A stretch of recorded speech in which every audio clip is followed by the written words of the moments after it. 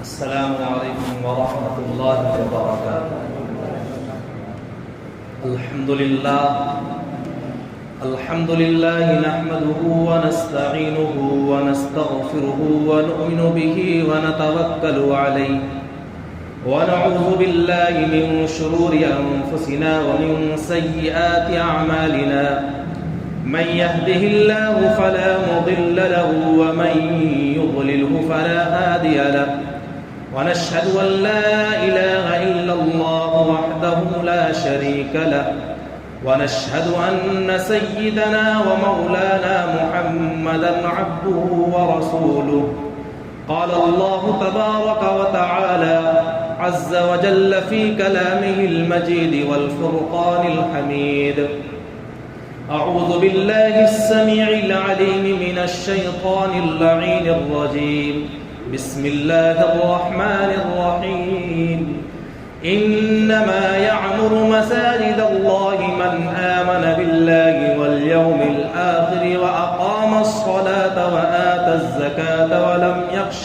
إلا الله قال الله تبارك وتعالى ومن أظلم ممن منع مساجد الله أن يذكر فيها اسمه وسعى في خرابها صدق الله العظيم وقال النبي صلى الله عليه وسلم من بنى لله مسجدا بنى الله له بيتا في الجنة أو كما قال عليه الصلاة والسلام۔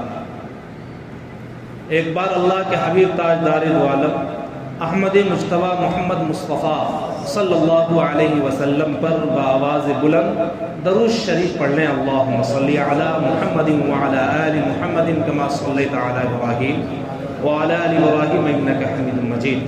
اللہم بارک علی محمد وعلی آل محمد کما بارکت علی ابراہیم وعلی آل ابراہیم انک حمید مجید۔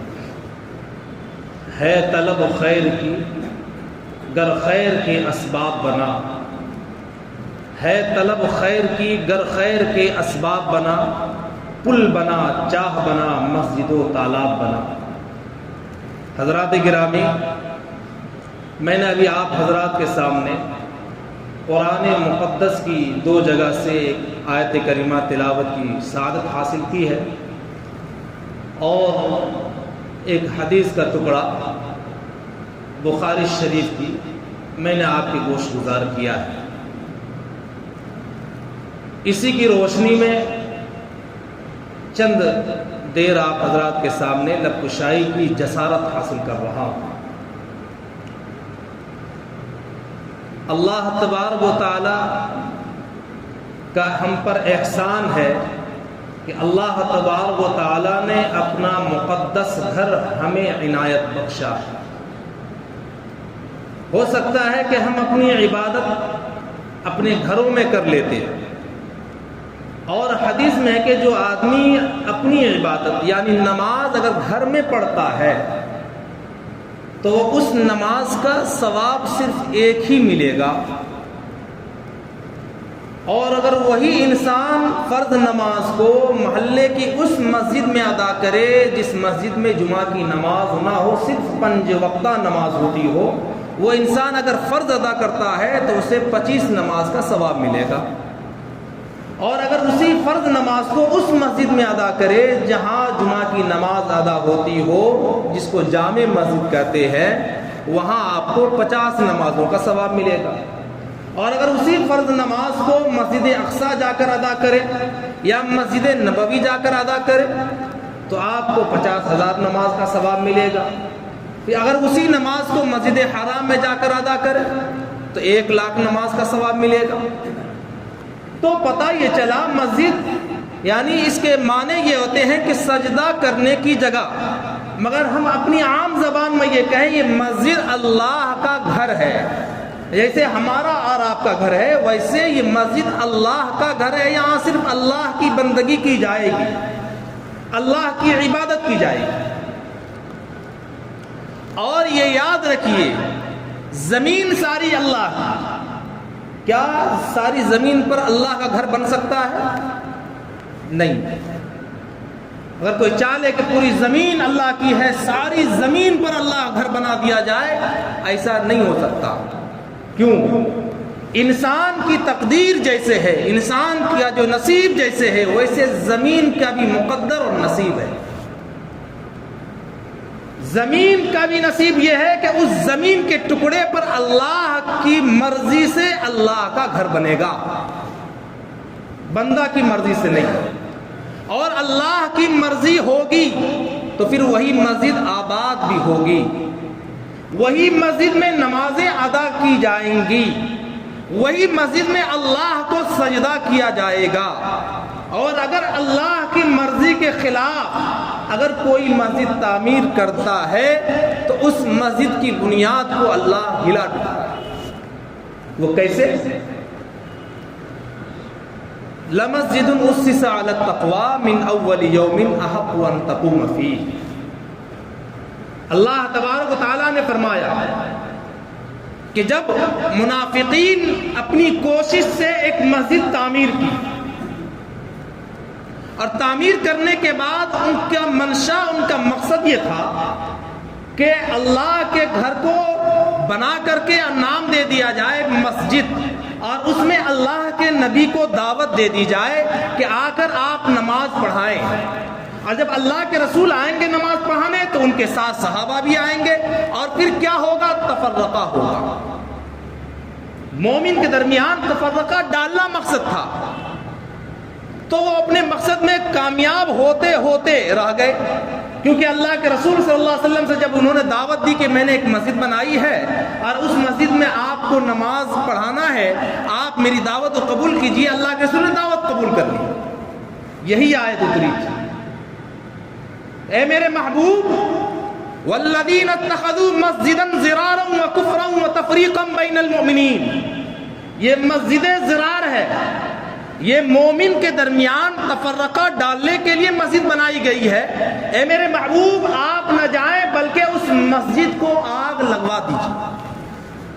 جب وحی اتر گئی تو اللہ کے رسول نے صحابہ کو بھیج کر اس مسجد کو آگ لگوا دی۔ پتہ کیا چلا؟ اللہ کے مرضی کے خلاف اور مومن کے درمیان تفرقہ ڈالنے کے لیے مسجد بنائی گئی، اور اس مسجد کو اللہ کے حکم سے اللہ کے رسول نے مسجد کو آگ لگا دی۔ دوسری چیز، مسجد کی تعمیر، مسجد کو بنانا، یہ سنت انبیاء ہے۔ آپ تاریخ اٹھا کر دیکھیں کہ مسجد حرام سے لے کر مسجد اقصیٰ، اور مسجد اقصیٰ سے لے کر مسجد قباء، مسجد قباء سے لے کر مسجد نبوی، یہ جتنی تمام تاریخی مسجد ہے جس کا اسلام سے تعلق ہے اور اسلام کی اساس اور بنیاد ہے، وہ مسجد کی تاریخ آپ دیکھیں کہ مسجد حرام جسے خانہ کعبہ کہتے ہیں، اس کی بنیاد حضرت آدم علیہ السلام نے ڈالی، اس کے بعد اس کی تعمیر حضرت ابراہیم اور اسماعیل علیہ السلام کے ذریعے ہوئی، پھر اس کے خانہ کعبہ کے 40 سال کے بعد مسجد اقصیٰ کی تعمیر حضرت داؤد علیہ السلام نے ڈالی، پھر اس کے بعد حضرت سلیمان علیہ السلام نے ڈالی، پھر جو ہے آنے کے بعد جب 2 مسجد بن گئی، پھر اللہ کے رسول صلی اللہ علیہ وسلم کو جب بعثت ملی، نبوت ملی، تو پھر کیا ہوا؟ آپ صلی اللہ علیہ وسلم مکہ سے مدینہ ہجرت کر رہے ہیں، تو آپ صلی اللہ علیہ وسلم اپنے دست مبارک سے مسجد قباء کی بنیاد رکھی، پھر مسجد قباء کے بعد مسجد نبوی کی بنیاد رکھی۔ پتہ یہ چلا کہ مسجد کی تعمیر کرنا، مسجد کو بنانا مشن انبیاء ہے، سنت انبیاء ہے۔ اس لیے اسلام کی پہلی مسجد خانہ کعبہ، دنیا کی پہلی مسجد خانہ کعبہ، دوسری مسجد مسجد اقصیٰ، اور اللہ کے رسول صلی اللہ علیہ وسلم کی زندگی میں جو پہلی مسجد بنی مسجد قباء، اس کے بعد مسجد نبوی۔ یہ تاریخ بتاتی ہے، اور آج الحمدللہ مسجد آباد ہے، کیوں؟ کہ اس کی بنیاد تقوی پر رکھی گئی۔ اس لیے میرے محترم بزرگوں، دوستو، تو اللہ تبارک و تعالیٰ فرماتا ہے انما یعمر مساجد اللہ من آمن باللہ والیوم الآخر، مسجد کی تعمیر، مسجد کو بنانے والا وہ کون ہوتا ہے؟ انما یعمر مساجد اللہ من آمن باللہ، جو لوگ ایمان لائے اللہ پر، والیوم الآخر، اور آخرت پر، واقام الصلاۃ و ایتاء الزکاۃ، جو زکات دیتے ہیں اور روزہ رکھتے ہیں اور کار خیر کرتے ہیں اور نماز قائم کرتے ہیں، وَإِقَامِ الصَّلَاةِ وَإِيتَاءِ الزَّكَاةِ وَلَمْ يَخْشَ إِلَّا اللَّهَ، اور ڈرتے کسی سے نہیں سوائے اللہ، ڈرتے کسی سے نہیں سوائے اللہ کے، وَلَمْ يَخْشَ إِلَّا اللَّهَ فَعَسَىٰ أُولَٰئِكَ أَن يَكُونُوا مِنَ الْمُهْتَدِينَ، بس یہی لوگ ہدایت یافتہ۔ تو میں اپنے ذوق اور اپنے تخیل میں ایک بات کہتا ہوں، اللہ کہتا ہے مسجد کو تعمیر کرنے والا کون؟ ایمان والا۔ مسجد کو تعمیر کرنے والا کون؟ نماز پڑھنے والا۔ مسجد کو بنانے والا، مسجد کو بسانے والا، مسجد کو آباد کرنے والا کون؟ ایمان والا، نماز قائم کرنے والا، آخرت پر ایمان رکھنے والا۔ اور مسجد کو برباد کرنے والا کون؟ اللہ نے یہاں پر قید نہیں لگایا۔ اللہ کہتا ہے وَمَنْ أَظْلَمُ مِمَّنْ مَنَعَ مَسَاجِدَ اللَّهِ أَن يُذْكَرَ فِيهَا اسْمُهُ وَسَعَىٰ فِي خَرَابِهَا، اللہ نے کافر کا ذکر نہیں لایا، یہود و نصارہ کا ذکر نہیں لایا۔ اس سے بڑا ظالم کون ہوگا جو مسجد کو ویران کرنے کے در پہ کھڑا ہو؟ اس سے بڑا ظالم کون ہوگا جو اللہ کے گھر میں اللہ کی بندگی اور عبادت سے روکے؟ اس سے بڑا ظالم کون ہوگا؟ یہ اللہ کہہ رہا ہے۔ تو مسجد کو آباد کرنے والا ایمان والا، مسجد کو بنانے والا ایمان والا، مسجد کو اپنے سجدوں سے اپنی پیشانی سے مزین کرنے والا ایمان والا، اور مسجد کو برباد کرنے والا بھی ایمان والا۔ کس کی مجال ہے کہ ہماری مسجد کو ویران کر دے؟ کس کی مجال ہے، کس کی طاقت ہے کہ مسجد میں تالا لگوا دے؟ مسلمان ہی تو ہے جو کہتا ہے فلاں مسجد میں جمعہ کی نماز ہو رہی ہے، نماز ہوتی ہی نہیں۔ فتویٰ فلاں مسجد میں نماز ہو رہی ہے، نماز ہوتی نہیں، کاہے کو پڑھتے ہو؟ یہ کسی غیر مسلم نہیں کہتا، وہ کہتے جو ایمان والا۔ نماز کاہے پڑھتے ہو؟ یہ مسجد آباد کرنے والا اللہ اور جمعہ کی نماز شروع کرنے والا اللہ، ذریعہ انسان بنتا ہے۔ انسان کو اللہ توفیق دیتا ہے تب یہ کام بڑا انجام پاتا ہے۔ کیا مجال ہے کوئی یہودی اور نصرانی اور مجوسی اور پارسی اور غیر ایمان والا یہ کہے کہ فلاں مسجد میں جاؤ، زبردستی جمعہ کی نماز شروع ہو گئی ہے، نماز ہوتی نہیں، پڑھنا تو ہے نہیں، نماز ہوتی نہیں۔ میں کہتا ہوں کہ اگر باوضو اور زمزم کے پانی سے وضو کر کے خانہ کعبہ کے اندر جا کر اگر نماز پڑھے اور دل اور دماغ صاف نہ ہو تو وہ نماز مقبول نہیں ہو سکتی۔ ہم کہتے ہیں اس مسجد میں نماز پڑھنا، خانہ کعبہ کے اندر اگر کینہ اور بغض و عناد لے کر خانہ کعبہ کے اندر بھی جا کر پڑھو گے، اللہ اس کو بھی قبول نہیں کر سکتا۔ عبادت اللہ اسی کو قبول کرے گا، سجدوں کو تبھی قبول کرے گا جب دل سے کینہ اور بغض و عناد ختم ہوگا، تب یقیناً وہ اللہ کے یہاں نماز مقبول ہوگی۔ ہم نماز پڑھائیں خانہ کعبہ کے اندر، مسجد اقصی کے اندر، مسجد نبوی کے اندر، دنیا کا کوئی بھی انسان یہ دعویٰ نہیں کر سکتا کہ ہماری نماز اللہ کے یہاں قبول ہو رہی ہے۔ یہ تو انسانی ہے، الہام اتر رہا ہے آسمان سے، ان کو القاء ہو رہا ہے ان کو کہ فلاں مسجد میں نماز پڑھو تو نماز نہیں ہوگی، جمعہ تو زبردستی شروع کروا دیا گیا ہے۔ اس سے بڑا ظالم کون ہوگا جو انسان کو یہ بولے کہ تم فلاں مسجد میں جاؤ اور نماز نہ ہوتی ہو؟ تو یہ بات سمجھ لیں قرآن کی اس آیت سے کہ اللہ اسے ظالم کہہ رہا ہے کہ جو اللہ کے گھر میں اللہ کی عبادت سے روکے اور فتنہ اور فساد برپا کرے اور سماج میں نفرت پھیلائے، ایسا انسان اللہ کی نظر میں، قرآن کی نظر میں ظالم اور جابر ہے۔ اس لیے یہ بات یاد رکھیے، مسجد کو صرف اینٹ سے اور قالین سے اور جو ہے پتھروں سے اور اس کے بعد ٹائل اور ماربل سے، روشنی سے آباد تو کر لیتے ہیں آپ، اصل جو آبادی اس کی یہ ہے کہ آپ مسجد میں نماز پڑھنے آئے، دوسروں کو بھی لے کر آئے اور مسجد کو سجدوں سے مزین کرے۔ اصل مسجد کی آبادی سجدوں سے اور نمازوں سے ہے، قالین اور پتھروں سے نہیں ہے۔ آپ تاریخ اٹھا کر دیکھیں، اللہ کے رسول صلی اللہ علیہ وسلم جب ہجرت فرمایا اور ہجرت فرمانے کے بعد مسجد نبوی مدینہ منورہ تشریف لائے، آپ صلی اللہ علیہ وسلم نے تعمیر کیا کی؟ اپنا مکان نہیں کیا، اپنی بیوی کا مکان نہیں بنایا، اپنے دوست احباب کا مکان نہیں بنایا۔ سب سے پہلے اللہ کے رسول صلی اللہ علیہ وسلم نے کہا کہ زمین تلاش کرو، سب سے پہلے اللہ کا مقدس گھر اس زمین پر بنے گا۔ اور وہی ہوا، پتہ چلا کہ مسجد مدینہ منورہ میں 2 لڑکا ہے جو یتیم ہے، جس کا نام سہل اور سہیل ہے، اور وہ زرارہ بن ربی کی پرورش میں ہے۔ اللہ کے رسول نے کہا یہ زمین مجھے پسند آ گئی ہے۔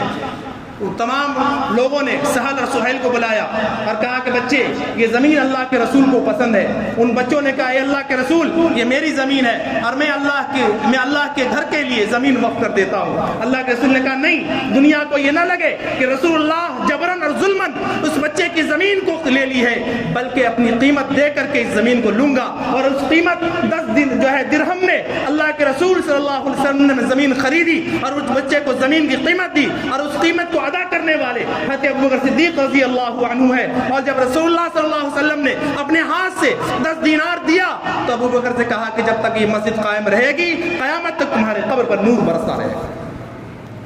یہ تنے تنہا وہ مسجد، وہ نبوی، وہ صرف مسجد نبوی نہیں ہے بلکہ وہ جنت کا ٹکڑا بھی ہے، اور ٹکڑا ہی نہیں ہے بلکہ جنت کے ٹکڑوں کا سردار ہے۔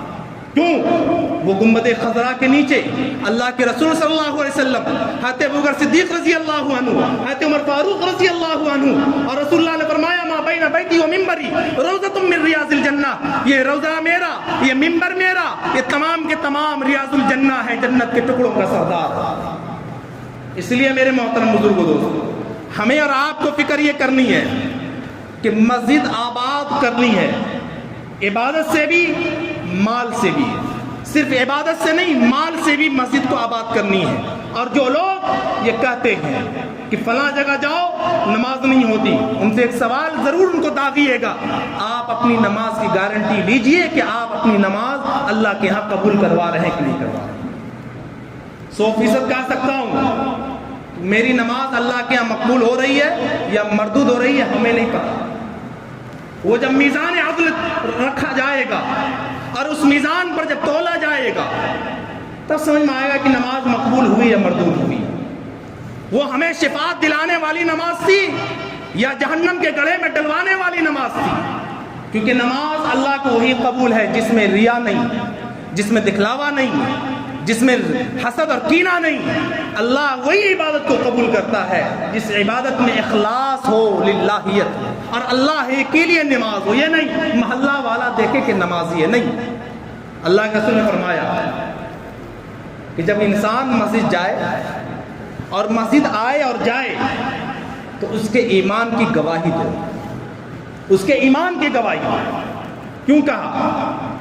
کہ وہ مسجد میں آئے جائے سے مراد یہ ہے کہ وہ نماز پڑھتا ہے اور پڑھنے کے بعد دوسری نماز کے انتظار میں رہتا ہے کہ اذان ہو تو پھر دوسری نماز پڑھ کر کے جاؤں، یعنی اس کے ایمان کی گواہی دو کہ وہ جو ہے اذا مررتم بریاض الجنت فرتعوا، وہ جنت کے باغ میں چلا کرتا ہے، جنت کے باغ میں آیا کرتا ہے، اس لیے اس کے ایمان کی گواہی۔ اس لیے میرے محترم بزرگوں دوستو، قرآن کی ان آیات سے ہمیں سبق لینی چاہیے۔ اگر کسی کو ہم مسجد میں جانے سے روک رہے ہیں اور فتنہ اور فساد برپا کر رہے ہیں اور ورغلا رہے ہیں اور اللہ کے گھر کو ویران کرنے کی کوشش کر رہے ہیں کہ وہ مسجد بند ہو جائے، وہ مسجد نمازیوں سے جو ہے کم ہو جائے، لوگ نماز پڑھنا چھوڑ دے، تو وہ کہہ دیجئے ان کو کہ قرآن پڑھو اور قرآن کا ترجمہ پڑھو، اور اپنے آپ کو گریبان میں جھانکو کہ نماز پڑھنے سے روکنے والا اور مسجد کو آباد کرنے سے روکنے والا اللہ کی نظر میں ظالم ہے۔ اب تم فیصلہ کرو کہ تم ظالم ہو یا مظلوم۔ دوسری چیز، میں نے حدیث پڑھی، من بنى للہ مسجدا بنى اللہ لہ بیتا فی الجنہ، جو بندہ خدا کے لیے گھر بنائے گا، جو بندہ خدا کے لیے گھر بنائے گا، اللہ اس کے زیست کو جوہر بنائے گا۔ طرز ابراہیمی اپنانا سب کے بس کی بات نہیں، لوگوں خدا کے گھر کو بنانا سب کے بس کی بات نہیں۔ نقش نگاری سے تو مزین کرتی رہتی ہے دنیا، سجدوں سے مسجد کو سجانا سب کے بس کی بات نہیں۔ جن کو خدا توفیق دے ان کے پیسے لگتے ہیں، ورنہ راہ خدا میں زر کو لگانا سب کے بس کی بات نہیں۔ لوگ سمجھتے ہیں 10 روپے دے دیا احسان کر دیا، 10 روپے کے لیے 4 بار دوڑایا، کہا احسان کر دیا۔ اگر آپ اللہ کے گھر میں نہیں نکالیے گا تو اللہ سٹی اسکین اور الٹرا ساؤنڈ میں نکلوا دے گا، یہ طے بات۔ اور اگر اللہ کے گھر میں خرچ کرنے والے نہ بنے تو اللہ ڈاکٹر کے ہاں نکلوائے گا، اور کیسے نکلوائے گا وہ اللہ جانتا ہے۔ 4 جانچ میں تو پار ہو جائیے گا۔ کتنوں کو دیکھا کہ 5 جانچ میں پوری بلڈنگ بک گئی، 5 جانچ میں زمین اور جائیدادیں بک گئی۔ اس لیے کہا اللہ کے رسول نے اگر صدقہ بلاؤں کو ٹالنا چاہتے ہو، بیماریوں کو ٹالنا چاہتے ہو تو الصدقۃ ترد البلا، صدقہ دیا کرو، صدقہ سے اللہ بلا ٹالتا ہے، صدقہ سے اللہ بلا ٹالتا ہے۔ اس طرف دھیان نہیں ہے، اس لیے اللہ کا دیا ہوا مال اور اللہ کے گھر میں خرچ کرنے سے کنجوسی کرے تو پھر اس بات کی علامت ہے کہ اللہ اور اس کے رسول اللہ کے گھر سے ہمیں محبت نہیں ہے، ہمیں دنیا سے محبت اور مال و متاع سے محبت ہے۔ تو اللہ تعالیٰ پھر دنیا کو دنیا میں جو لوگ دنیا کو دل میں بساتے ہیں اور مال و زر سے محبت کرتے ہیں تو اللہ تعالیٰ جانتا ہے کہ ہم کس طریقے سے نکالنا چاہتے ہیں۔ ایک شخص ہے ہر جمعہ میں 1 روپے جیب میں ڈال کر ہاتھ سے نکال کر بڑی مشکل سے 1 روپے 2 روپے نکالتا ہے۔ اللہ کیسے نکلواتا ہے؟ ایک دن ایسے نکالا، 1 روپے نکالا، دے دیا۔ اب وہ زمانے میں چلتا تھا ڈبہ، گھسکا کے ادھر گھسکا کر ادھر، اس میں تالا لگا ہوتا تھا، کس کی مجال جو ہے زیادہ پیسہ جائے نکال لے، تو آدمی اس حساب سے پیسہ لاتا تھا، 1 روپیہ ڈالنا ہے، 2 روپیہ ڈالنا ہے۔ وہ 1 روپیہ ڈالا، بڑا خوش تھا، پیسہ دیتے ہیں بھائی مسجد میں، اللہ کے گھر میں پیسہ دے رہے۔ پیچھے سے ایک آدمی جو ہے 2000 نوٹ دیا، 2000 کا نوٹ ایسے ہاتھ میں تھمایا، وہ سوچا، پیچھے دیکھا بڑی حسرت بھری نگاہ سے، ہم تو 1 روپے دیتے ہیں، یہ تو 2000 روپے دے رہا ہے۔ وہ اٹھا کر اسی ڈبہ میں ڈال دیا۔ جب ڈبہ آگے گھسکا تو آگے والا کہہ رہا ہے، پیچھے والا کہہ رہا ہے آگے والے سے، ارے بھیا تمہارے جیب سے 2000 روپیہ گرا۔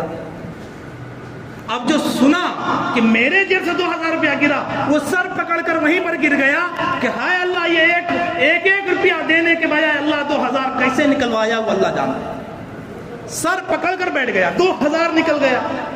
اسی لیے اللہ کے گھر میں خرچ کرنے والے بنیے، اللہ کے گھر میں دینے والے بنیے۔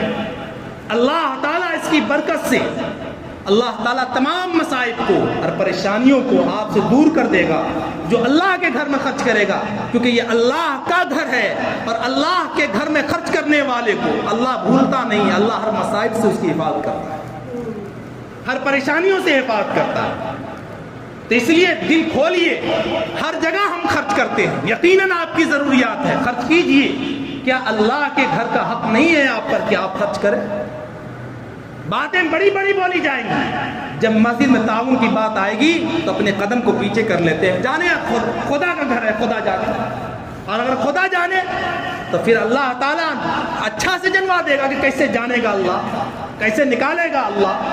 اسی لیے مسجد آباد ہوگی سجدوں سے، اور یہ تمام چیزیں جو آپ کو نظر آ رہی ہیں یہ ہوگا آپ کے تعاون سے، اور یہ تعاون تبھی آپ بہتر طریقے سے کر پائیے گا جب اللہ اور اس کے رسول اور اللہ کے گھر سے سچی محبت ہوگی، تبھی آپ اللہ کے گھر میں خرچ کریں گے۔ اور اللہ اور اس کے رسول سے محبت نہیں اور صرف دکھاوا اور زبانی جواب خرچ آپ کر رہے ہیں تو یہ سب فضول ہے۔ اس لیے یہ جذبہ پیدا کیجئے کہ ہم آئیں گے ہفتے کا 4 مہینے کا 4 جمعہ، اگر ہر آدمی 20 روپے دے گا، 250 نمازی اگر اس مسجد میں ہے تو یقیناً 5000 روپے اس مسجد میں آئے گا۔ اور یقیناً یاد رکھیے، جو لوگ خانہ کعبہ گئے، جو لوگ مسجد نبوی گئے، دیکھیں گے آپ وہاں جمعہ میں چندہ نہیں ہوتا صفوں میں، وہاں جمعہ میں چندہ نہیں ہوتا جیسے یہاں لوگ کرتے ہیں ہندوستان میں، وہاں نہیں ہوتا۔